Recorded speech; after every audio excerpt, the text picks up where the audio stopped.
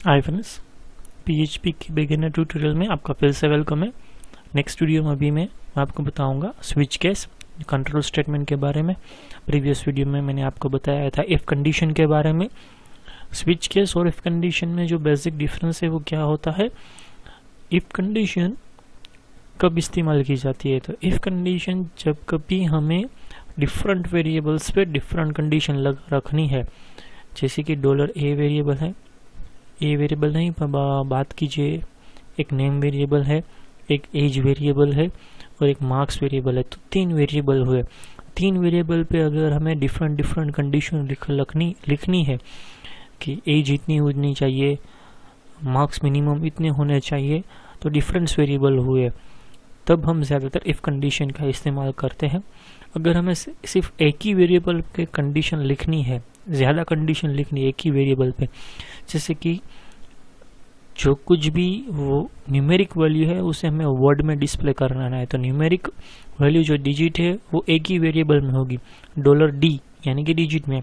तो डी पे हमें मल्टीपल कंडीशन लिखनी होगी कि डी में या 1 है, डी में 2 है, या डी में 3 है, या डी में 4 है। तब हमें इफ कंडीशन लिखनी थोड़ी लेंदी हो जाएगी, तो आसान हमारे लिए तब हमें स्विच केस होगा। तो उसका एग्जांपल हम देखते हैं। पीएचपी में पहले डिजिट एक वेरिएबल लेते हैं, उसमें एक वैल्यू स्टोर करवाते हैं 5।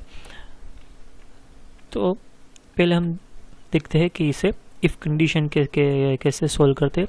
तो इफ $digit इक्वल टू 1 है तो हमें मैसेज मिलेगा 1। इसे मैं कॉपी कर डालता हूं। इफ डिजिट 2 है तो यहाँ पे हमें मिलेगा 2। इफ $digit 3 है तो यहाँ पे हमें मिलेगा आउटपुट में 3। सेव करके इसे रिफ्रेश करके आपको आउटपुट बताता हूँ क्या आएगा। अभी के लिए हमारी वैल्यू 5 है तो हमें आउटपुट में कुछ नहीं मिलेगा, तो चेंज कर डालते हैं, वैल्यू कर डालते हैं 1। रिफ्रेश करूंगा तो हमें आउटपुट में वर्ड मिलेगा 1। यहाँ पे देखिए हमारा आउटपुट आ गया है। तो ये हुई इफ कंडीशन की बात। मैंने सिंपल इफ कंडीशन यूज़ की है। अगर आपको सिंपल इफ कंडीशन की जगह इफ एल्स का इस्तेमाल करना है तो आप इफ एल्स भी लिख सकते हैं। इफ एल्स या एल्स इफ, जो कुछ भी आप बोलते हैं, एल्स इफ, और आखिर में सबसे लास्ट में एल्स इको अननोन वैल्यू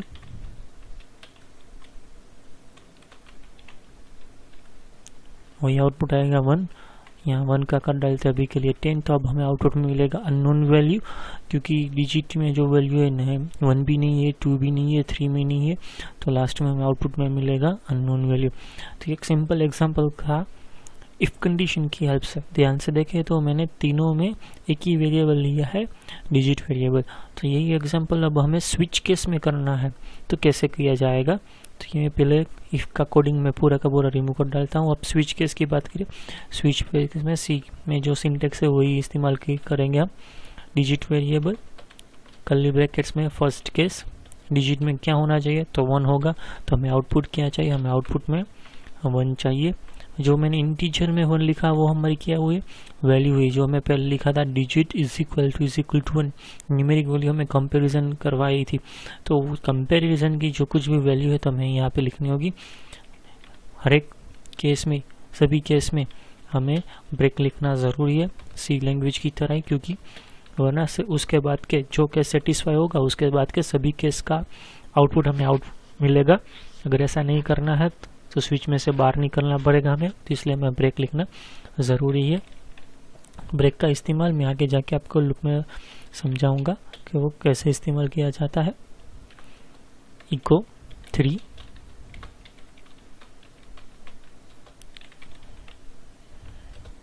और डिफ़ॉल्ट वैल्यू जो मैंने सबसे आखिर में एल्स लिखा था इफ कंडीशन में, अननोन वैल्यू, तो इसमें वो डिफ़ॉल्ट कहा जाता है।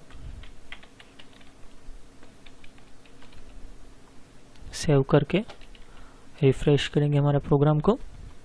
अननोन 10 की जगह हमें यहाँ पे करना होगा कोई भी दूसरा नंबर जो मैं लिखा है 1 या 2 या 3, यहाँ पे लिखता हूँ 3, रिफ्रेश करूँगा तो मैं आउटपुट में मिलेगा 3। तो ये थी स्विच कंडीशन सी की तरह ही जो मैं PHP में भी इस्तेमाल करनी होती है। इस वीडियो में इतना ही। आगे जाके मैं आपको इरिटेशंस स्टेटमेंट से for loop, while loop, do while loop उसके बारे में बताऊंगा। अगर मेरा वीडियो आपको पसंद आया तो प्लीज़ इसे लाइक कीजिए, मेरे चैनल को सब्सक्राइब कीजिए और अपडेट रहिए। कोई भी लैंग्वेज है, कोई भी सब्जेक्ट है, कोई भी टॉपिक है, अगर आपको समझ में नहीं आ रहा है कंप्यूटर के बारे में तो प्लीज़ मुझे कमेंट में लिखिए। पॉसिबल होगा तो उसके बारे में मैं खुद एक वीडियो आपको बना के अपलोड करूँगा या नेट में से कोई भी मटेरियल आपके साथ में शेयर करूँगा। आपकी क्वेरी को सोल्व करने की मैं पूरी कोशिश करूँगा। आप फेसबुक के पेज पे भी मुझे फॉलो कर सकते हैं, मोहम्मदी कंप्यूटर्स पे। अभी के लिए थैंक